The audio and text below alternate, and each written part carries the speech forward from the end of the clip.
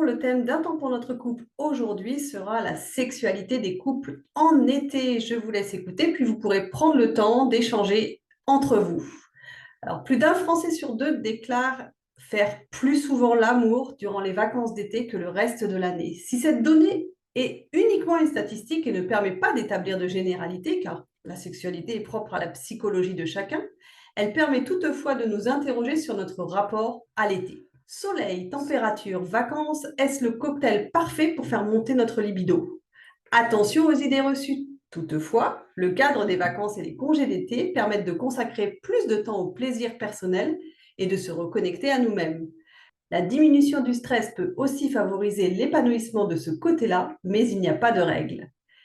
L'être humain est sensible à la météo. Le beau temps et la lumière du soleil nous donnent la pêche physiquement, mais aussi moralement.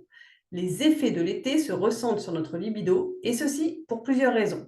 Déjà, tout simplement, l'hiver, on a plutôt tendance à se replier sur soi, engoncé dans des vêtements chauds ou à coucouner à la maison. Les rencontres sont moins fréquentes et les sourires moins nombreux. Notre sensibilité à la météo, au froid et à la grisaille nous porte davantage à la mélancolie. Nous hibernons à notre manière. L'hiver est donc propice à la baisse de la libido. Le manque de lumière entraîne une carence en vitamine C et une baisse de la production de la sérotonine qui explique une baisse du désir. Alors le printemps est le retour à la lumière, source de dopage pour la libido. Chaque printemps est la source d'un renouveau de l'environnement. La transformation est sidérante, avec la nature qui reprend vie et affiche des couleurs qui attirent notre attention. Après un hiver durant lequel tout est gris et sombre, les arbres comme le ciel, ce contexte nous pousse à sortir davantage, à flâner, passer du temps dans le jardin ou à la terrasse d'un café. Le printemps est comme une mise en bouche de l'été qui s'annonce pour notre libido. Le bénéfice de la lumière s'exprime physiologiquement sur notre organisme. Plus de lumière engendre une production hormonale supérieure à celle de l'hiver. Notre morale devient plus fort et nos émotions connaissent un regain d'intensité. Et quand vient l'été, le printemps attise nos appétits et quand vient l'été, notre cerveau est gonflé à bloc. La production hormonale est stimulée avec un regain d'oestrogène pour la femme et de testostérone pour l'homme.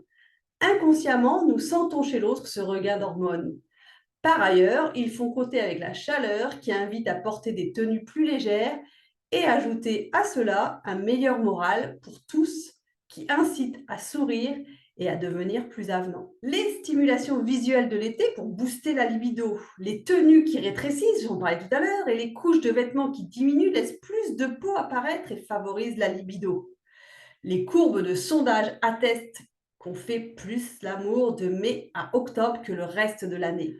En été, le regard est davantage sollicité par les t-shirts, les jupes et les débardeurs. Le teint hâlé et le bronzage jouent aussi en faveur de la libido. Une peau bronzée est synonyme pour notre cerveau d'énergie, de bonne santé et de plaisir.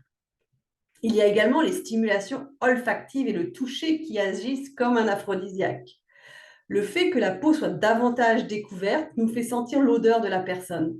Notre cerveau détecte certaines substances, dont les phéromones, qui impactent sa perception. Il est aussi sensible aux senteurs de synthèse, comme les parfums, les crèmes hydratantes, aux saveurs chaudes et appétissantes. Enfin, donc, les tenues de l'été provoquent davantage de contact direct entre nos peaux. L'effet n'est pas le même lorsque vous vous tenez contre quelqu'un qui porte un épais manteau d'hiver que lorsque votre peau se frotte à celle de la personne à vos côtés. On a également le temps de prendre son temps. En été, avec les journées plus longues, on est souvent moins pressé de rentrer chez soi. On a davantage envie de flâner, de passer du temps avec les autres. Ça sent les vacances. Même quand ce n'est pas le cas, le temps paraît extensible, le stress est moins oppressant.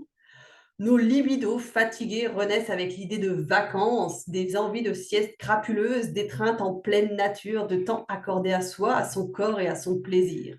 L'oisiveté est également un aphrodisiaque purement naturel. Ce qui compte avant tout, c'est de pouvoir se retrouver dans un contexte de détente.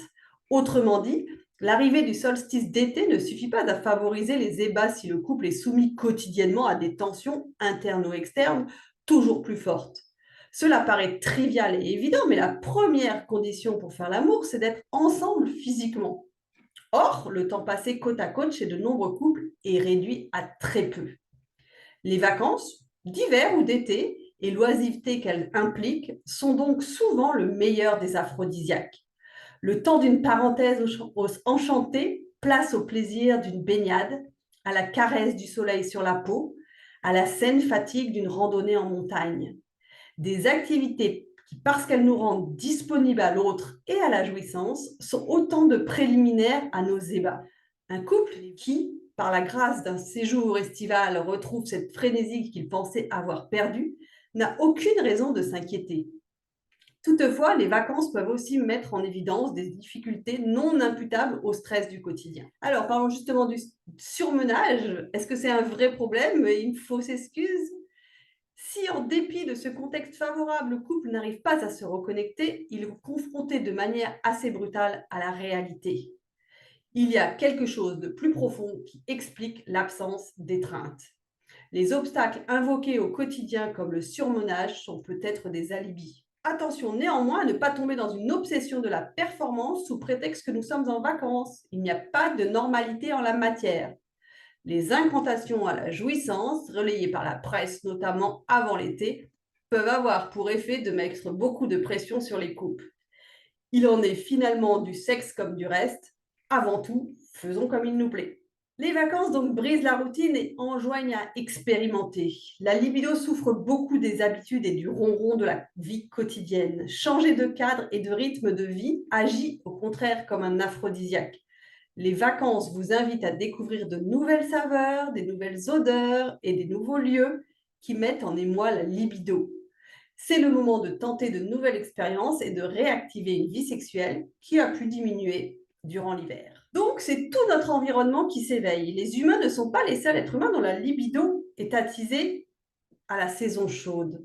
C'est toute la nature qui s'éveille, les végétaux comme les animaux. La saison d'amour de la plupart des animaux débute chaque printemps et se poursuit durant l'été. Notre alimentation également change avec davantage de fruits et légumes frais et colorés qui nous mettent du baume au cœur. Nous sommes loin d'être insensibles à ce tohu-bohu de la nature. Notre libido est émoustillé par des facteurs qui touchent tous nos sens, mais aussi par notre état d'esprit. Voir, entendre, toucher, sentir et goûter excite tout notre corps ainsi que notre esprit. Voilà maintenant 6 conseils pour profiter de l'été et des vacances pour booster votre couple. Se reconnecter à l'autre. L'été nous promet d'agréables retrouvailles aussi bien sur le plan sexuel qu'affectif. L'été et les vacances permettent d'oublier les repères et de vivre intensément le présent. On peut se déconnecter et partir dans un endroit où le portable ne passe pas.